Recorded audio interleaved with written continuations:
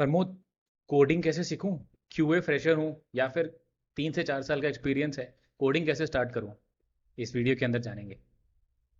Hey guys, welcome to the testing academy. I hope आप सब अच्छे होंगे। और आज हम बात करने वाले हैं, जो कि मेरे सब्सक्राइबर ने बहुत इंपॉर्टेंट क्वेश्चन मुझसे पूछा था कि प्रमोद, मैं फ्रेशर हूं, कुछ मेरे दोस्त फ्रेशर्स हैं और कुछ 2 से 3 साल के एक्सपीरियंस के साथ हैं।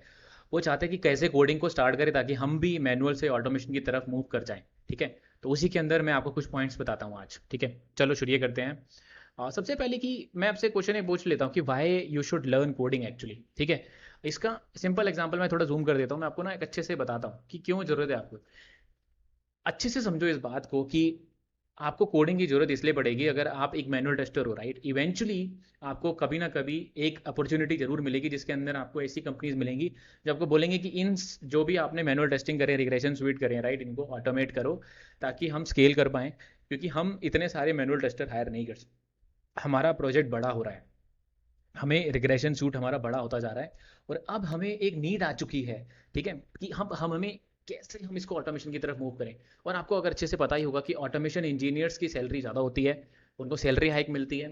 ठीक है, और वो ऑलमोस्ट, अगर आप मेरा एग्जाम्पल, अगर आप मेरा पॉइंट ऑफ व्यू से समझेंगे तो after 5 to 6 years experience in automation, right, developer और टेस्टर की सैलरी बहुत बहुत कंपेरेबल हो जाती है। ठीक है, तो आई थिंक कोडिंग सीखना और कोडिंग करना जिससे कि आपको ऑटोमेशन कोड लिख पाओ, ये बहुत ही अच्छी चॉइस है और डेफिनेटली आपको मूव करना चाहिए। अगर कोई सोच रहा है ना कि हाँ मुझे ऑटोमेशन रोल में जाना चाहिए कि नहीं जाना चाहिए, तो मेरी राय सिंपल एंड सिंपल फॉरवर्ड है कि येस, आपको 100% जाना चाहिए। आपको बहुत अच्छा फ्यूचर मिलेगा, आपको एक अंदर से सेटिस्फेक्शन में मिलेगी। आप रिपीटेटिव वर्क अगर जो मैनुअल टेस्टिंग में करते हैं, राइट, वो आपको कम होने लगेगा धीरे धीरे। और ऑटोमेशन में मुझे जहाँ तक लगता है आपको अच्छे से मजा आने लगेगा, क्योंकि नए नए टूल्स हैं, नई नई प्रोग्रामिंग लैंग्वेजेस हैं, नए नए चैलेंजेस हैं आपको। मैनुअल टेस्टिंग में इतने चैलेंजेस आपको नहीं मिलेंगे, ऑफकोर्स वहाँ पे भी चैलेंजेस हैं क्योंकि नए नए प्रोजेक्ट्स आते हैं, ई कॉमर्स वेबसाइट अलग टेस्ट करते हैं, मोबाइल एप्लीकेशन अलग टेस्ट करते हैं, राइट, वहाँ पे चैलेंजेस अलग हैं, पर आपको यहाँ पे भी बहुत मजा आएगा। ठीक है, तो प्लीज़ आपको हमेशा मेरे हिसाब से तो 100% आपको ये सीखनी चाहिए। अब how much coding is required, ये मेरे को बहुत बार क्वेश्चन पूछते हैं कि यार बेसिक, मुझे क्यूए के लिए कितनी बेसिक कोडिंग चाहिए। देखो यहाँ पे मैं आपको ना सिंपल एग्जांपल बताता हूँ। तो डेवलपर वाली कोडिंग नहीं चाहिए, ये क्लैरिटी रखो, ये मेरे दोनों हाथ देखो। मैं आपको क्लैरिटी दे रहा हूँ कि यहाँ पे डेवलपर वाली कोडिंग नहीं चाहिए। मैं आपको 10 साल का एक्सपीरियंस से बता रहा हूँ। आपको क्या चाहिए? आपको चाहिए कि आप कोर जावा सीखो, आप कलेक्शंस अच्छे से सीख लो, ऊप्स के कॉन्सेप्ट सीखो, डिज़ाइन पैटर्न सीखो, और सेलेनियम के कोड कैसे लिखते हैं वो सीख लो, और कोई बेसिक एपीआई टेस्टिंग के लिए जैसे रेस्टिट्यूट को पकड़ लो। ठीक है, मैं ये आपको ये क्यों बता रहा हूँ?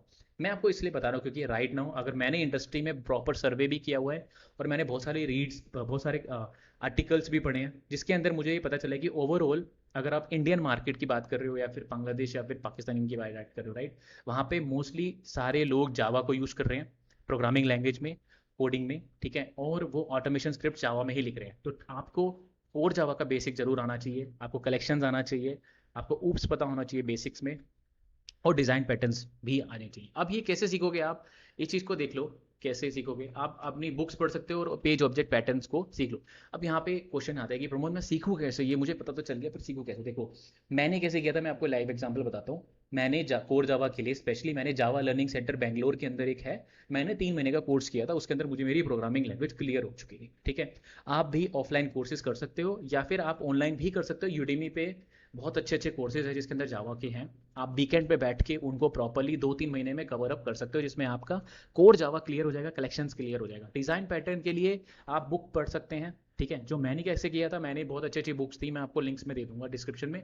ठीक है, या फिर आप मुझसे पूछ भी सकते हैं, कमेंट में मुझसे पूछो कि कौन कौन सी बुक्स है, मैं आपको बताऊंगा। ठीक है, तो आप उन बुक्स को पढ़िए, उस बुक्स में प्रॉपरली पेज ऑब्जेक्ट पैटर्न कैसे वर्क करता है, सेलेनियम कैसे काम करता है, रेसेशोड कैसे काम करता है, उसके बारे में आप उनको पढ़ के प्रोजेक्ट्स करिए, आपको 100% आप क्लियर हो जाओगे कोडिंग में रिलेटेड भी। ठीक है, अब ईजिएस्ट वे क्या है? अब आप मेरे को फिर से पूछ रहे थे ना कि कोडिंग सीखने के लिए ईजिएस्ट वे क्या है, जिस जो कि क्यूए में स्पेशली हेल्पफुल है। क्यूए से रिलेटेड वीडियो है गाइस, तो क्यूए से रिलेटेड ही बता रहा हूँ मैं आपको।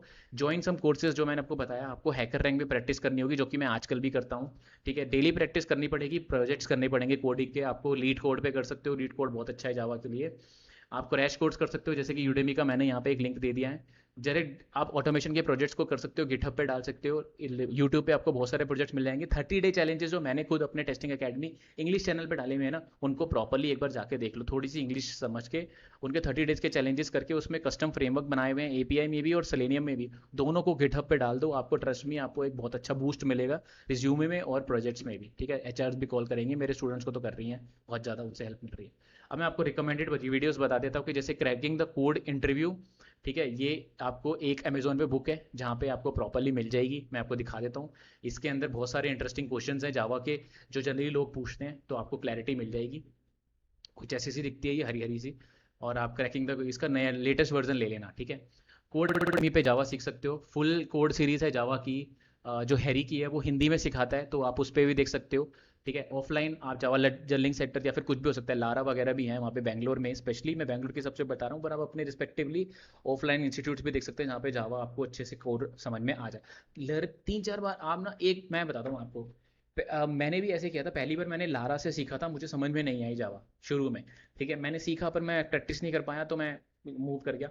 फिर मैंने दोबारा लिया, तो आप ले सकते हो यार, कोई दिक्कत नहीं है। आप 3 महीने अच्छे से सीखो, फिर भूल जाते हो तो कोई बात नहीं, फिर से ले लो।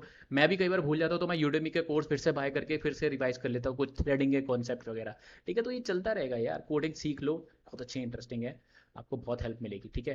तो आई होप आपको आइडिया लग गया होगा कि कैसे स्टेप बाय स्टेप भी कैसे सीखना है आपको, मैंने आपको अपनी जर्नी भी बता दी कैसे लगना है, ठीक है। Thanks a lot for watching this video. अगर एपीआई टेस्टिंग और सेलेनियम से रिलेटेड वीडियोस देखना चाहते हो तो टेस्टिंग अकेडमी हिंदी चैनल को सब्सक्राइब कर दो। इससे रिलेटेड पार्ट 2 चाहिए, इसके अंदर मोर क्लैरिटी चाहिए ना, तो मैं पार्ट 2 लिख के चले जाओ कमेंट में, मैं दोबारा पार्ट 2 बनाऊंगा जिसके अंदर और क्लैरिटी देखेंगे कि कैसे कोडिंग को स्टेप बाय स्टेप एक क्यूए के परस्पेक्टिव से सीख सकते हैं, ठीक है।